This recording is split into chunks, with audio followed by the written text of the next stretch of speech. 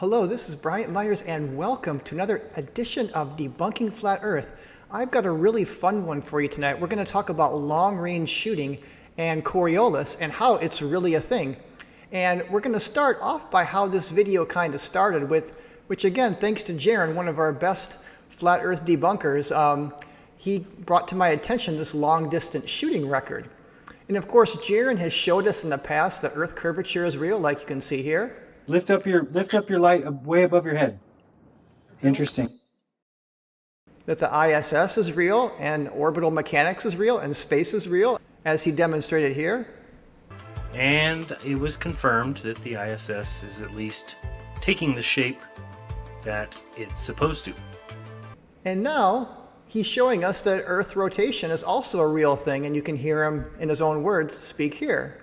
And the Coriolis effect, the rotation of the Earth by which the target shifts position while the bullet is in flight, also play a role at that distance. And the Coriolis effect, the rotation of the Earth by which the target shifts position. Now, in all fairness, Jaron does go on to make excuses and say that this is not Coriolis and that because he didn't account for it in the actual calculations, that it doesn't exist. And just like most flat earthers, they just totally deny Coriolis. So this video got started in the comments section. You can see right here on the screen of one of my videos on reference frames where I did talk about Coriolis and long-range artillery. So he kind of brought up that the world record holder for shooting 4.4 miles, the bullet was airborne for 24.5 seconds. What do you think the Coriolis correction was? And then he added yards. And so I actually wasn't aware of this, but one of my favorite commenters, Ninja Monkey Prime, he actually went on to share the details here. And I won't read all of it to you, but the bottom line is Jaron was leaving out pretty much what really happened. And it really got me interested to do a little digging. And I was actually able to arrange a Zoom call with this world record holder in the longest shot, Shepard Humphreys. Now this shot is just so incredible. I just want you to watch it. It's not going to take long. Now keep in mind, the bullet is in the air for 24.5 seconds. So this is the actual footage that they captured of this world record longest shot of 4.4 miles. Shots away. Shots away.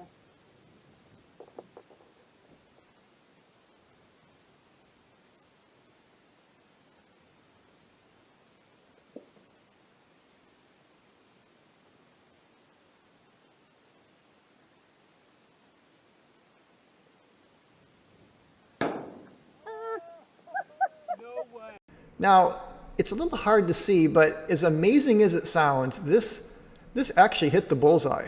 And they hadn't even hit this whole thing all day long.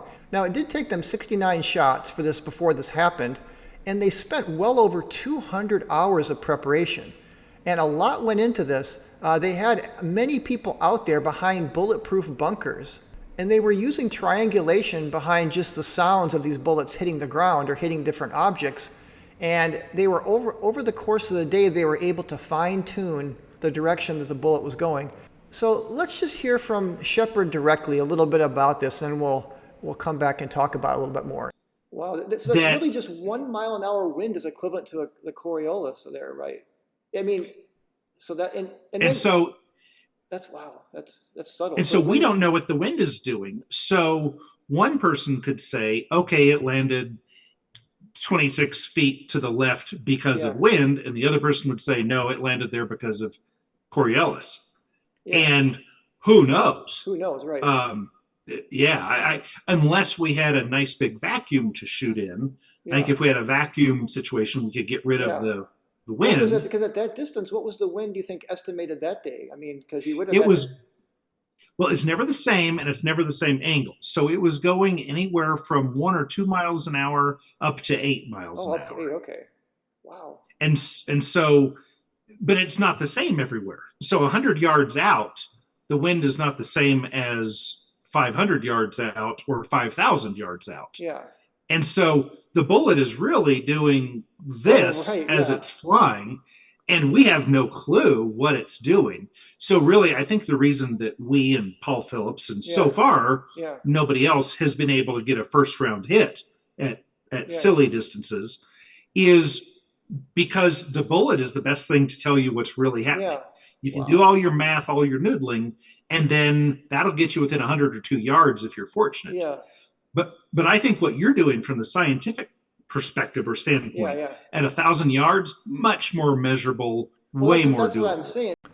Okay, so you can hear Shepard, again, the world record holder here, saying that, explaining why it is that it's difficult to use all these calculations in the super long range because wind is by far the strongest factor. And when you're 4.4 miles away, you're actually having to shoot. I mean, it reached 2,500 feet. I mean, so it's an incredibly high angle they're shooting up. And the best that they can do is with these spotters to triangulate the sound is they kind of hone in on where the bullet is going. So you can hear him say at that range, the bullet is the best thing to tell you what is happening.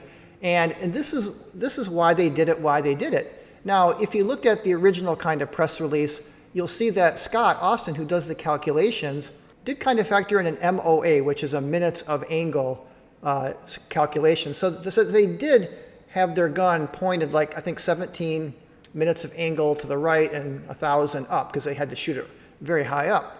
So again, some of these calculations were factored in. But because it's such a ridiculous long distance and because wind is so much more powerful, their best bet was to do this audio triangulation with a bunch of people out in the field behind bulletproof bunkers. And again, they put like 200 hours into prepping for this. And it did take 69 shots. But there was, and he admitted, a lot of luck involved because with 69 shots, they did not hit that target even once. The first time they hit it was the bullseye, which is just what's so incredible. And this is like a 10-foot by 7-foot target. And the first time they hit it, it goes right in the middle of the bullseye. And I mean, it's just incredible. I mean, it is luck, but it's also the preparation that they put into it because there's no way they would have got even anywhere near it had they not done all this preparation. So now, as you mentioned again at the end of the little clip with Shepard and I there, he did say that factors like Coriolis and spindrift and other things like that are definitely accounted for at 1,000 yards. But let's watch this little video by Gunworks because it's just such a great demonstration on the Coriolis by someone that's a very, very good shooter. And one of the common issues that we see is the Coriolis effect. And what guys are not doing is taking into account the effect that this can have on your shooting at longer ranges. We're going to put on a little shooting demonstration here. I've got targets east or west and east of us, exactly 1,000 yards in each direction. So what we're going to do to prove this Coriolis effect on our rifle here is we're going to shoot it out to 1,000 to the west, and we're going to shoot it to 1,000 to the east, and we're going to measure the difference in those group centers, and hopefully it's going to show you guys that this kind of error can lead to bigger errors in your drop data.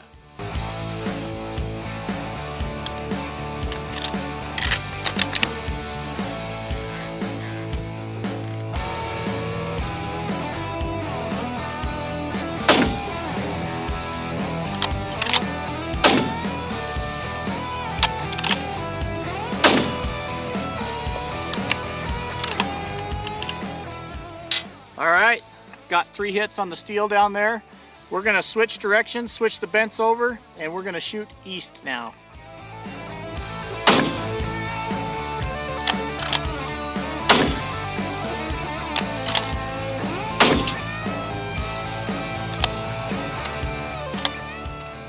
All right, we got 3 more hits on this steel down here. Now we're gonna rack up all our gear. We're gonna go check these out, measure them up, show you the results. All right, we've made it down to our target that we shot at the west. This is our west target here. And as you can see, they've all dropped in quite low. We've got 8 inches from center to the center of the group. We're gonna pack up this target and head down to our target that we shot to the east, and we'll compare the 2 groups and show you the difference of just switching directions. That's all we did. We switched from west to east. All right, we've made it down to our target on the east target now. And as you can see, they're not quite too high. We've got about 3 inches, maybe 3.5 to the center of the group above bullseye. So if we compare this to our other target, We're 3 inches high here, we're 8 inches low there. That's 11 inches, just over a minute of difference between just shooting from the west to the east. Okay, so he was demonstrating the up and down, the Outvost effect, which is the vertical component of the Coriolis. And, there is still a right, you can see that especially with the last group of bullet. The group is just the 3 shots. They're kind of bundled together because he's a really good shooter. And you'll see that it did go a little bit to the right, even though on the first group it was pretty much just down. But it turns out the Outvost effect, when you do the calculations, is about double for what this distance that he's doing is about twice, meaning it's twice of an air going up and down it is left to right, because he's going due east and due west. So the Outvost effect is greatest when you're east and west, and it's 0 when you're just facing north to south. And I talked about this in another video, so I won't elaborate too much. But this is just a great demonstration that shooters, especially at 1,000 yards, absolutely do have to take in the Coriolis effect, both the horizontal Coriolis and up and down the vertical, the Outvost effect. And any trainers, and I have, this is a great book, Shepard Humphrey's book, definitely look into this, very pragmatic. But those that are really, as far as like the popular teachers, one of the most popular is Brian Litz. And he's got a whole chapter on Coriolis. And again, these people, like the guy at Gunwerts and Brian, and this Ryan Kleckner here, another really good book, they're teaching hundreds and hundreds of people, perhaps thousands, it probably is thousands, with their online type of videos and tutorials. And they absolutely recommend accounting for Coriolis. And yes, they do say that it's very subtle, and that you have to get wind and the temperature, pressure. There's other variables, and the spin drift is even more significant. But you certainly, because it's so deterministic, you just definitely want to take into account when you're shooting over 1,000 yards. In most situations, if you're shooting a moving target or the wind is really gusting, in situations there are situations where maybe it's just not even worth it. Like in Shepard's situation, there was wind, and he's going out 4 miles. So even though the Coriolis would have been significant, the wind was way, way much stronger, and they just didn't know how it was swirling. And because the wind was such an unknown, they were not able to really even think about all these other factors, including Coriolis and spin drift and other things like that. Now let's listen to another little clip with Shepard, and we'll come back and talk about it. What you'll find, though, is that with your personality, by the time you have fired 500 shots, you will not be making many more shooting mistakes. Oh, okay. Your mistakes will be wind reading mistakes or temperature mistakes, etc. But the actual pressing of the trigger, or as I say, pointing the tube in the correct direction and then making it go bang without the tube moving, like that's the whole goal of shooting. If it's going to be getting it pointed in the correct direction. Okay, so you can see kind of there at 500 shots, again, assuming you really do your due diligence and get good equipment, as he very much stresses in his book. So he says it's very doable within 500 shots to get a fairly accurate group. And then it comes down to really, reading the wind, of course, understanding spin drift, Coriolis, gravity drop, and other variables. And now I just want to show you this little chart here because it kind of drives home this point of a group here. So you can be a very, very precise shooter, which just means your group is going to be very tight. And this is just an example of someone that's a sharpshooter. But if you're not accurate because you're not factoring in wind and spin drift, Coriolis, etc. On the other hand, before you get proficient, like he said, it takes maybe 500 shots and your bullets all over the place. But as you get better and better by getting your groups of bullets all tighter and tighter together, and then it's mostly just understanding how to read the wind and other variables, spin drift, gravity drop, and Coriolis. So again, Jaron, you are absolutely wrong. These long distance trainers, they do know about Coriolis and they do teach it. And in fact, some of the tools that they recommend incorporate it. So let's watch and see an example of this. What most long range shooters, just people who go out and shoot for fun, they all have a Kestrel, the Kestrel 5700 wind reader. Oh, right. And I get those are good to have too, right? Yes, because those calculate spin drift and Coriolis, and you don't even know what they are, but they're calculating those, the humidity, the pressure, everything. Oh, yeah. Okay, so this is really important here. So this is what he's talking about, this Castrol 5700. And he says that, Brian Litz and then he himself and all his students, I mean, the ones that are serious will get one of these because it gives you very accurate readings of all these different variables.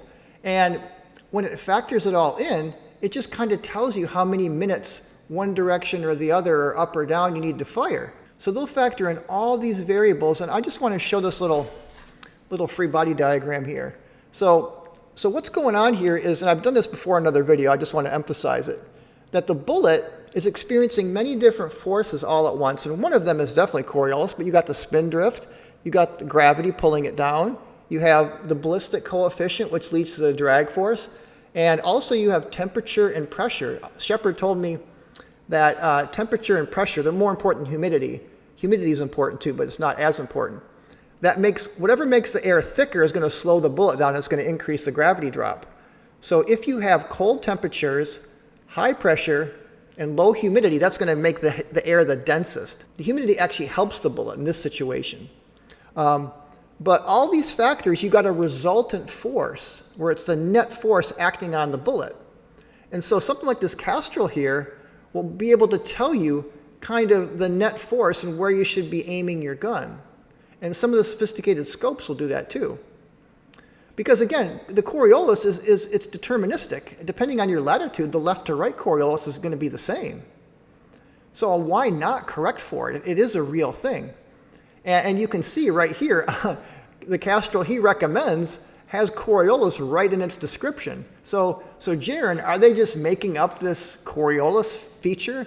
Is this part of NASA's big scheme or plan to fool us all in all these different ways? I mean, it just makes no sense. Why would they put that in there if it's not real? And they're not the only company, by the way. A lot of the scopes, as we'll see here in a minute, the sophisticated ones have a Coriolis feature. In fact, I looked at the Castrol. The Castrol's got several models, and it was only their lowest level model that didn't have Coriolis. All their other models had it as a feature. So explain that. It just doesn't make any sense. And again, Shepard is recommending these to everybody, Jaron, flat earthers. Why don't you get your facts straight and really understand what his position is? And this is what really infuriates me about what Jaron did. Jaron actually emailed him saying, hey, I want to know your calculations on the Coriolis for this record-breaking shot. So Shepard emails him back and says, well, on this shot, we did not factor in because of wind. The Coriolis is getting lost in the weeds, was his exact words. But he said on a calmer day, we would have factored these in. And Jaron really just kind of glossed over that and just totally misrepresents Shepard.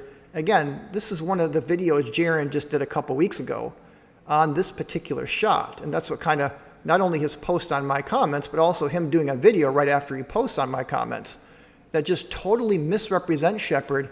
It's just unethical. It's dishonest. And, I'm glad I'm exposing this for everybody to see. He just doesn't know what he's talking about. Let's hear Jaron in his own words here so you kind of see what he's up to. If it had been an absolutely dead calm day, it definitely would have been one more variable we could try to address. But nobody takes it into account, right? And then he put here, not a flat earther, which I never said I was. So I don't know if that's just like a little joke or something. Which I never said I was. Yeah, I wanted to emphasize that. He said, which I never said I was, and I really believed him. That was the most believable thing that he said. Because notice how he even read, on an absolutely dead calm day, it definitely would have been one more variable to address. Shepard is telling Jaron this, and Jaron is misrepresenting him, saying that long-distance shooters like Shepard don't factor in Coriolis, and that this long-distance record-breaking shot didn't use Coriolis, so therefore there's no way that any other shot could factor in or could use Coriolis. It's just deception and lies from these guys. Now there's one thing that's different about snipers versus shooters like Shepard that do this for fun and recreation, and even tournament shooters. I learned from Shepard, even in like 1,000-yard tournaments, the shooters get many shots. They get lots of practice shots, and then they, it's not just one shot. Now, if you're a sniper, though, snipers only have one chance. So they just can't shoot a group of bullets and say, oh, we're off this many minutes, and then make a correction based on, spin drift, gravity drop, Coriolis, all of it together, right? That's what you can do if you're some of these shooters that flat earthers interview that say they don't use Coriolis, it's because they're doing just that, what I just explained. But again, with snipers, it's not the same here. And I have something a little fun I wanted to show you from the movie Shooter with Mark Wahlberg. I think you'll enjoy this because it's gonna lead into how we're gonna conclude this video with snipers here. There's going to be an attempt on the life of the president in the next 2 weeks. Standard Secret Service protective cordon is out to 880 yards. But this intercept claims that the shot would be taken from beyond a mile. We need you to scout. Tell us how you would do it so we can stop it. I'm not entirely convinced that a shot like this could be made. But let's not take the chance.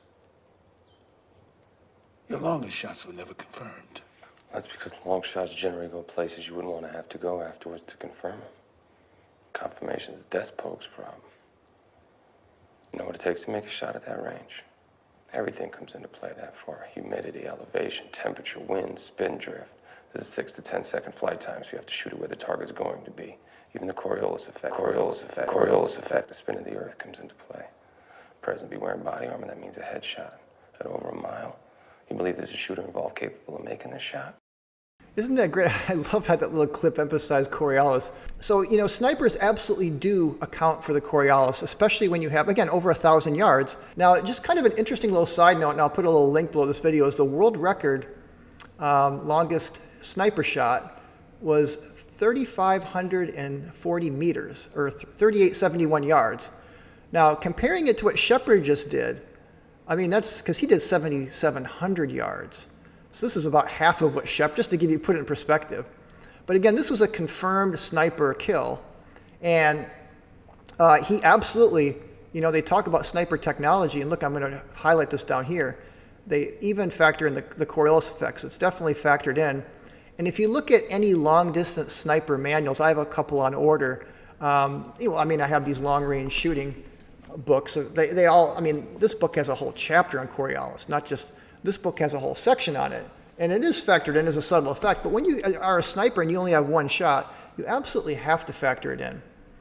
And again, here's my book I just showed you, Brian Litt's whole chapter on Coriolis. A really good book if you want to learn about, especially kind of if you're kind of a science person like I am, you want to get the equations and all the details. This one is also pretty good. Has a whole section on Coriolis. Now again, just to drive this point home here, there's a lot of software for long-range shooters, and you can see, like here on this particular software, you got Coriolis on/off button. Again, why would they put that in there if it wasn't a real thing? Now this scope here, this is a really high-tech scope for long-range shooters. They also have a Coriolis on/off feature. Again, why would they put that in there if it's not a real thing, Jaron, flat earthers? Again, more software here, Coriolis, OTFUS. Anybody that's into long-range shooting, that's familiar with guns and scopes and meters and books that teach all this, knows that Coriolis is a thing. And just because you don't use it in your calculations, or you, like Shepard did, doesn't mean that it's not a real thing. It doesn't mean that these people don't know that it exists. It's just that there's other ways to compensate to get your bullet to hit the middle of the target. And Shepard did say that his partner, Austin, is the one that does a lot of the calculations. So Jaron was emailing Shepard, who's not the one that really, you know, because they're partners and they were part of this team that got the world record longest shot. So Austin was the one behind more of the calculations.